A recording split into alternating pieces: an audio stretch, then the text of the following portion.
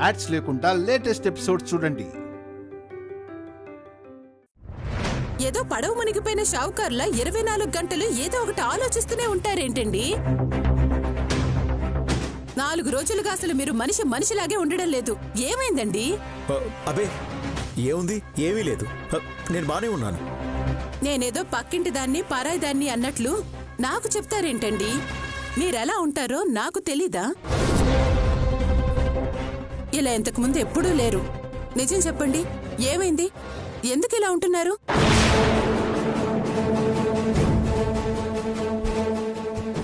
నిజంగా ఏం లేదమ్ము, నేను బానే ఉన్నాను. ఇదిగో, నా దగ్గర అబద్ధాలు చెప్పకండి. ఈ రోజు నాకు నిజం తెలియాలి. అసలేంటి మీ సమస్య?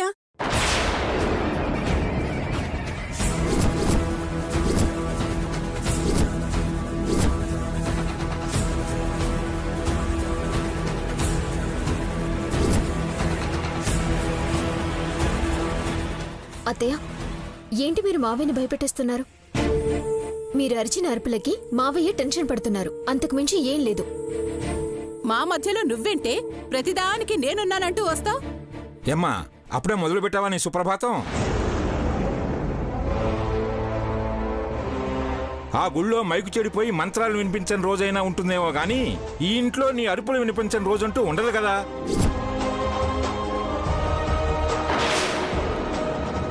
ఎందుకలా అరుస్తున్నావు? లేకపోతే ఏంటమ్మా? ఆయన నేను ఏదో మాట్లాడుకుంటుంటే మధ్యలో ఇదొచ్చి మాట్లాడుతుంది.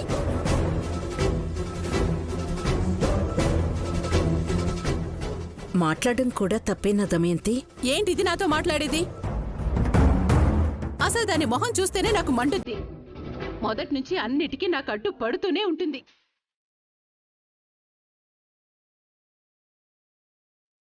ఇప్పుడు కళ్యాణి ఏం చేసిందమ్మా? ఇంకా ఏం చేయాలరా? మీ నాన్న వ్యాపారానికి డబ్బులు కావాలి, సంతకం చెయ్యాలి అంటే చేసిందా?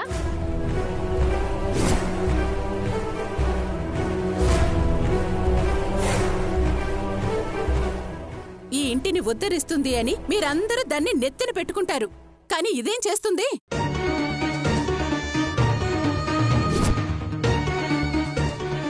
దీని తల్లి ఈ ఇంటి పరువు తీసింది కదా, దీనిది అదే రక్తం. ఇది మాత్రం మన బాగు ఎందుకు కోరుకుంటుందిరా? మధ్యలో మాధుర్ని ఎందుకు లాగడం? దీని చేష్టలు అలా ఉన్నప్పుడు మాట్లాడక ఏం చేస్తాం? నానమ్మా, అత్తయ్య చూడు ఎలా మాట్లాడుతుందో. ఏమో, ఎవరిని ఏమనాలో నాకేం అర్థం కావట్లేదు.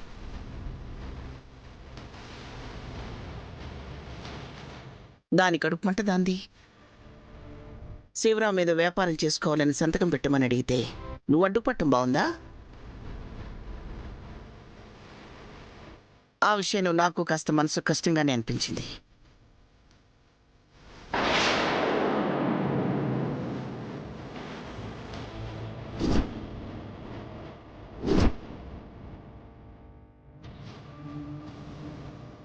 అనవసరంగా కళ్యాణి నా వల్ల మాట్లాడుతోంది. నేను దాక్షాయనికి డబ్బులు ఇవ్వడం కోసం వ్యాపారం అని అబద్ధం చెప్పానని వీళ్ళకి తెలీదు. నేను చెప్పలేను. ఈ ఇంట్లో ఎన్ని సమస్యలున్నా ఒక విషయానికి వచ్చేసరికి అందరం ఒక మాట మీదే ఉంటాం. అలాంటిది నువ్వు మాత్రమే సంతకం పెట్టనని అడ్డుపడ్డావు.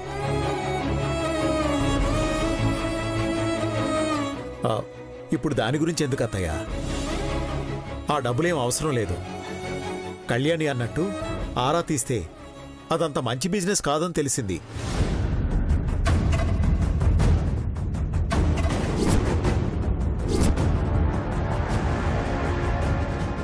కళ్యాణి కాదనటం కూడా ఒక రకంగా మంచిదే అయింది.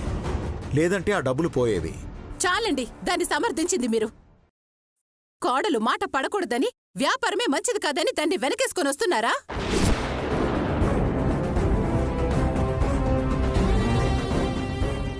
అమ్మా, అయిపోయింది. దాని గురించి ఎందుకు?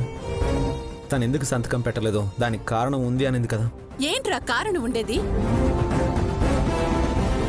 తండ్రి కొడుకులిద్దరూ కలిసి దాన్ని వెనకేసుకొస్తున్నారు.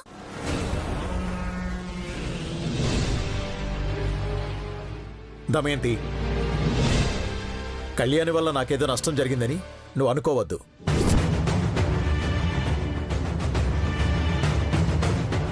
తన వల్ల ఒకరికి మంచే జరుగుతుంది కానీ చెడు జరగదు. అలా నెత్తిని పెట్టుకుని దానికి కొమ్ములు తీసుకొస్తున్నారు మీరంతా.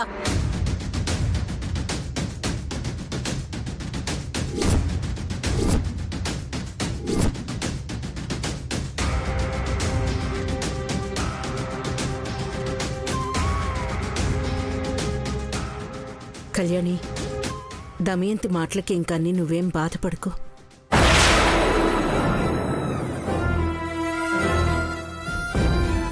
ఏమిటో దాని ప్రేమని తట్టుకోలేం, కోపాన్ని తట్టుకోలేం. బాబు శివరాం, నిజంగా నువ్వు చెప్పినట్టు వ్యాపారం మంచిది కాదు అంటే సరే, కళ్యాణి సంతకం పెట్టకపోవటం వల్లే ఆ వ్యాపారం వద్దనుకుంటే మాత్రం ఉమ్మడి ఆస్తి కాబట్టి ఆ పొలానికి కళ్యాణి సంతకం కావాల్సి వచ్చింది. నా పేరుతో ఉన్న స్థలం అమ్మైనా డబ్బు తీసుకో. అయ్యో, అవసరం లేదు అత్తయ్య. నిజంగానే ఆ బిజినెస్ మంచిది కాదు. సర్లే బాబు, ఈసారైనా ఏదైనా మంచి వ్యాపారం చూసుకో. అలాగే మావయ్య. పదండి.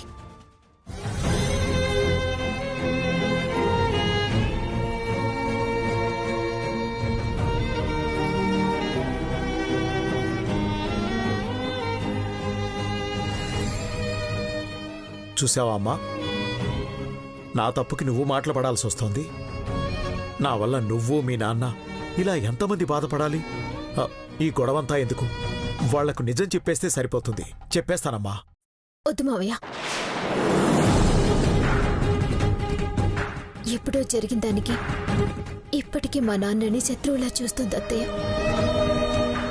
అలాంటిది మీ జీవితంలో ఇంకొక మనిషి ఉంది అంటే ఏం జరిగిందని చెప్పే అవకాశం కూడా ఇవ్వదు. ప్రాణాలు తీసేసుకుంటుంది.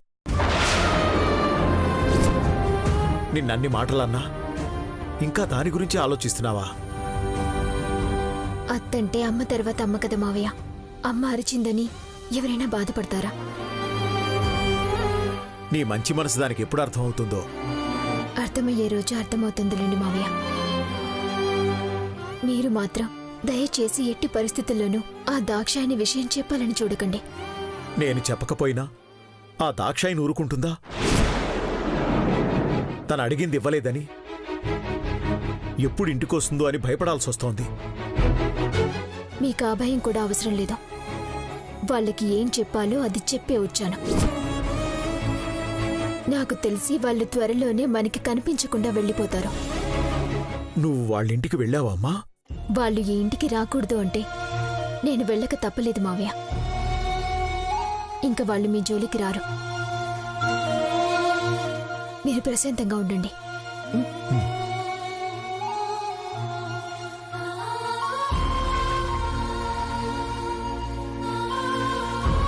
పిల్లలు చేసిన తప్పులు ఎక్కడన్నా పెద్దలు తీరుస్తారు, కానీ నా తప్పుని చిన్నపిల్లైన కళ్యాణి సరిదిద్దుతుంది. మా బావ రక్తం కదా, అదే మంచితనం, అదే పెద్దరికం.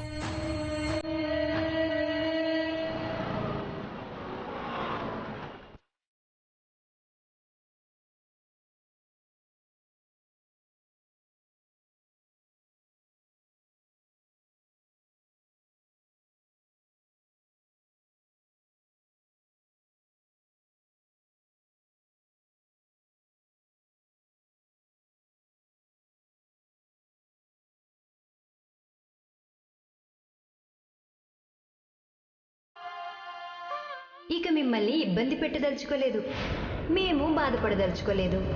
మీకు దూరంగా మా అమ్మ నేను ఎటైనా వెళ్ళిపోదాం అనుకుంటున్నాం. ఇలా చిల్లర చిల్లరగా కాదు, లైఫ్ టైం సెటిల్మెంట్. ఒక 20 లక్షలు ఇచ్చేసారనుకోండి, మళ్ళీ మేము మీ కంటికి కనిపించాం.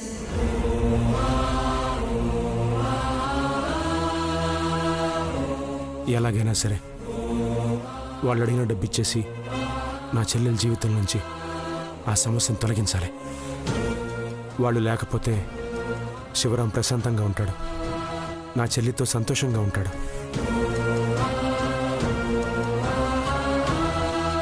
కానీ ఎప్పటికిప్పుడు అంత డబ్బంటే ఏం చెయ్యాలి?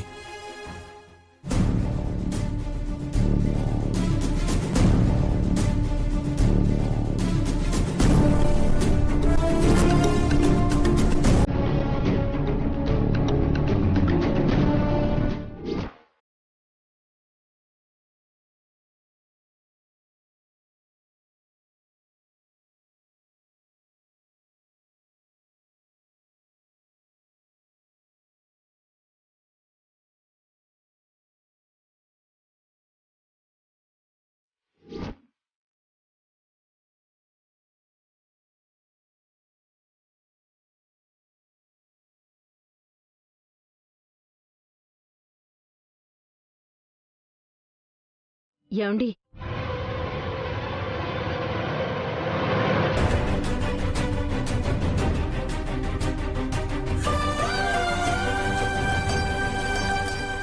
ఏంటి, ఏదో మాట్లాడాలని వచ్చారు, మాట్లాడకుండానే వెళ్ళిపోతున్నారు? అబ్బే ఏం లేదు. నా దగ్గర మొహమాట పడుతున్నారేంటండి? మీరేదో మాట్లాడాలని వచ్చారని నాకు అర్థమైంది. చెప్పండి, ఏం మాట్లాడాలని వచ్చారు? అంటే అది నీ పేరు మీదున్న ఆస్తంతా కన్నయ్యకి రాసిచ్చేసావు కదా? అవునండి, మీకు చెప్పాను కదా. అయినా ఇప్పుడు ఆ విషయం ఎందుకు? అంటే అంటే మొత్తం రాసిచ్చేసావా, లేక ఇంకా ఏమైనా మిగిలిందా అని? కళ్యాణికి ఎప్పుడైనా ఏమైనా అవసరం అవుతుందేమో, ఎందుకైనా మంచిదని మా అమ్మ వాళ్ళిచ్చిన పొలం మాత్రం నా పేరు మీద అలాగే ఉంచేశానండి. ఎందుకండి? అనుపమా, నాకు కొంచెం అమౌంట్ కావాలి. నేనెవరిని అడగలేకపోతున్నాను. నీ పేరు మీద ఇంకేమైనా ఉంటే అది తాకట్టు పెట్టి నాకేదైనా... ఈ విషయం అడగడానికి అంత మొహమాట పడుతున్నారేంటండి? నా ఆస్తంటే మీ ఆస్తి కాదా? నన్నడగడానికి ఎందుకండి అంతలా ఆలోచిస్తారు? మీకేదన్నా కావాలి అంటే, అనుపమ నాకిది కావాలి అని అడగాలి కాని మీరే ఇలా ఇబ్బంది పడితే ఎలాగండి? అలా అని కాదు, నేనంటూ నీకు ఏదైనా ఇస్తే కదా నిన్ను స్వతంత్రంగా అడగడానికి. మీరు నా భర్తండి, నేను మీ హక్కు. భార్యగా మీ జీవితంలో నాకు స్థానం ఇచ్చారు. అంతకంటే నాకింకేం ఇవ్వాలి? మీరేమడిగినా కాదనకుండా చేయడానికేనండి నేనున్నది. అంతేగాని ఎందుకు అడుగుతున్నారు, ఏం చేస్తారు అనే కారణాలు నాకు అవసరం లేదు. ఇంకెప్పుడూ నా దగ్గర ఇలా మొహమాటపడి నన్ను పరాయిదాన్ని చేయకండి. ఉండండి.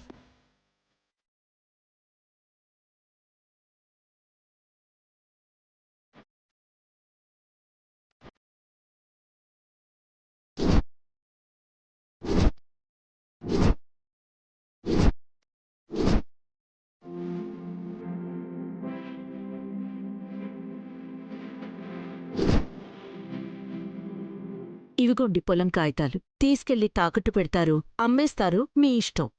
ముందు మీ సమస్యను తీర్చుకోండి. అనుపమా, నువ్వు కళ్యాణి మీ ప్రేమతో మీరెప్పుడూ గొప్పవాళ్ళగానే మిగిలిపోతున్నారు.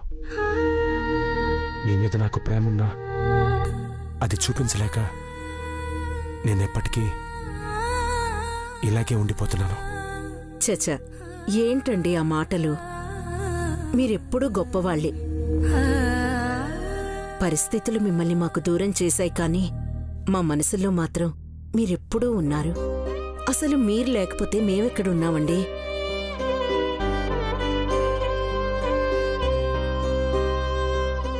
డబ్బు రాగానే మళ్ళీ విడిపిస్తాను. విడిపిస్తారు, విడిపించరు నాకు అవసరం లేదండి. మీ సమస్య తీర్తే నాకంతే చాలు. అనుపమా, అందరూ సీత లాంటి భార్య కావాలి అనుకుంటారు, కానీ ఎవరు రాముడిలా మాత్రం ఉండరు. బహుశా నేను కూడా అంతేగా. నువ్వు మాత్రం అడవిలో వదిలేసిన తండ్రి గొప్పతనాన్ని చెప్తూ పిల్లల్ని పెంచిన సీతమ్మలాగే ఉన్నావు, కానీ నేను రాముడిలా ఉండలేకపోయాను.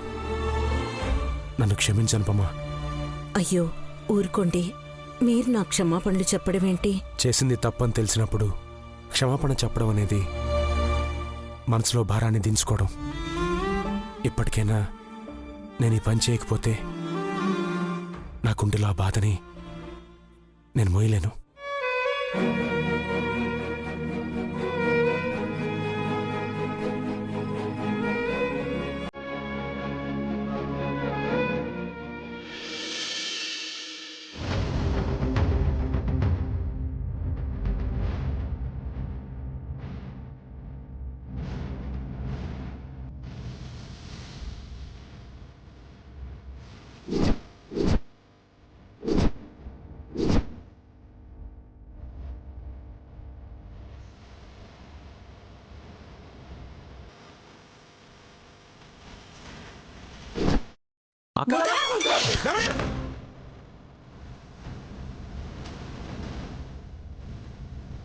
వీడి ఇంట్లో అడుగు పెట్టినంత వరకు కష్టం సుఖం ఏదైనా 4 గోడల మధ్య జరిగిపోయింది.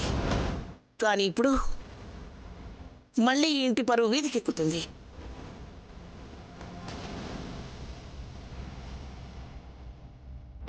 ఏం చేయాలో అర్థం కాని పరిస్థితి. అటు మావయ్య గారి గురించి ఇంట్లో తెలిస్తే అత్తయ్య ప్రాణాలు తీసుకుంటుంది. చెప్పకుండా ఉండాలి అంటే మావయ్య గారికి ఏ ఇబ్బంది లేకుండా ఆ దాక్షాయిని వాళ్ళని దూరంగా పంపించాలి.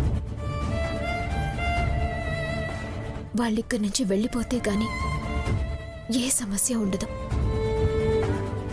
ఇటువైపు నాన్న ఏ తప్పు చేయలేదని ప్రూవ్ చేస్తానని ఆఫీసర్కి నేను మాటిచ్చాను. నాన్న ఏ తప్పు చేయలేదని ప్రూవ్ చేయాలి అంటే మావయ్యని దోషిగా నించోబెట్టాలి. అదే జరిగితే నాన్న ఇన్ని సంవత్సరాలుగా పడిన కష్టం అంతా వృధా అయిపోతుంది. నాన్న మంచివాడుగా మిగులుతాడు, కానీ అందరి దృష్టిలో మావయ్య చెడ్డవాడైపోతాడు. ఏం చేయాలి? ఎలా ఈ సమస్యని పరిష్కరించాలి? ఒకరి గురించి ఆలోచిస్తే ఇంకొకరికి నష్టం జరుగుతుంది. లేదా అలా మాత్రం జరగకూడదు. మావయ్యకి ఏ బాధ లేకుండా చేయాలి. అలాగే నాన్నది ఏ తప్పు లేదని నిరూపించాలి. కానీ ఎలా?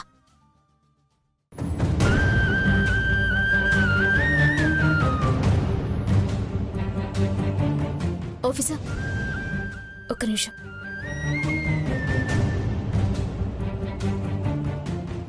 ఏంటి కళ్యాణి, ఇంకా నిద్రపోలేదా? లేదు, మీరు వస్తారని వెయిట్ చేస్తున్నాను. నా గురించి ఎదురు చూడడం ఎందుకు? లేట్ అవుతుంది అనుకున్నప్పుడు పడుకోవచ్చు కదా. అలా ఎలా పడుకుంటాను? మీరు బయట నుంచి వచ్చారంటే భోంచేశారో లేదో తెలీదు. మీరు తింటేనే కదా నేను ప్రశాంతంగా పడుకోగలను. నా గురించి నీ ఆరోగ్యం పాడు చేసుకుంటావా? నా గురించి ఆలోచించి చెప్తున్నారు, కానీ మీరు ఆలస్యంగా వస్తే మీ ఆరోగ్యం పాడవదా? బయటికి వెళ్ళినప్పుడు ఏవేవో పనులు ఉంటాయి, కాస్త ఆలస్యం అవుతుంది. మరీ ఆలస్యం అయితే నేను బయట తినేస్తాను కదా. సర్లేండి ఆఫీసర్, మీకోసం ఎదురు చూడటంలో నాకు ఆనందం ఉంటుంది, కానీ బాధేమీ ఉండదు. ఇంతకీ భోంచేశారా లేదా? చేస్తానులే కళ్యాణి, ముందు ఫ్రెష్ అవ్వాలి కదా.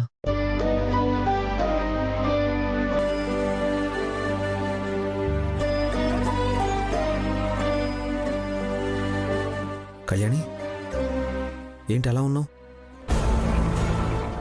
మధ్యాహ్నం ఏదో విషయం తెలుస్తుందని స్టూడియోకి తీసుకెళ్ళాం. అక్కడి నుంచి వచ్చిన దగ్గర నుంచి మనిషి అది అలా ఉన్నావు. ఏంటి అంటే చెప్పు. అదే లేదు ఆఫీసర్, నేను మామూలుగానే ఉన్నాను. మీరు వెళ్ళేసి రండి. నిజంగా నా మీద నీకు ప్రేమ ఉందా? అదేంటి ఆఫీసర్ ఎలా అడిగారు? మరి భర్త మీద ప్రేమ ఉన్నప్పుడు భార్య అబద్ధం చెప్పకూడదు. నేను మీకు అబద్ధం చెప్పానా? నిజం చెప్పు, నా దగ్గర నువ్వేం దాచట్లేదు కదా? మీ దగ్గర దాచే విషయం అంటూ నా దగ్గర ఏమీ లేదు ఆఫీసర్. అలా ఎందుకు అనుకుంటున్నారు? ఏమో కళ్యాణి, నువ్వు దేని గురించో బాధపడుతున్నావు అనిపిస్తుంది. నా దగ్గర ఏదో విషయాన్ని దాచావు అనిపిస్తుంది. లేదంటే ఎవరితో చెప్పినా చెప్పకపోయినా ఆస్తి కాగితాల మీద సంతకం పెట్టలేకపోవడానికి కారణం నాకు చెప్పేదానివి. మీకు కారణం చెప్పడం కంటే ఆ సమస్య తీరిన తర్వాత ఆ సమస్య గురించి చెప్పడమే మంచిదని నా ఉద్దేశం. అంతేగాని మీ దగ్గర ఏది దాచాలని నేనెప్పుడూ అనుకోను ఆఫీసర్. నాకు ఆ నమ్మకం ఉంది కళ్యాణి. కాకపోతే ఆ ఒక్క విషయంలో నువ్వు అందరికీ దూరం అయిపోతున్నావు. అలాగే మావయ్య గురించి కూడా ఏదో ప్రూవ్ చేస్తానని నాకు మాటిచ్చావు. దాని గురించి ఏవేవో ప్రయత్నాలు చేస్తున్నావు. నువ్వు ఒక నిర్ణయం తీసుకున్నా, ఒక పని చేసినా అందుకు ఒక కారణం ఉంటుందని నాకు తెలుసు కళ్యాణి.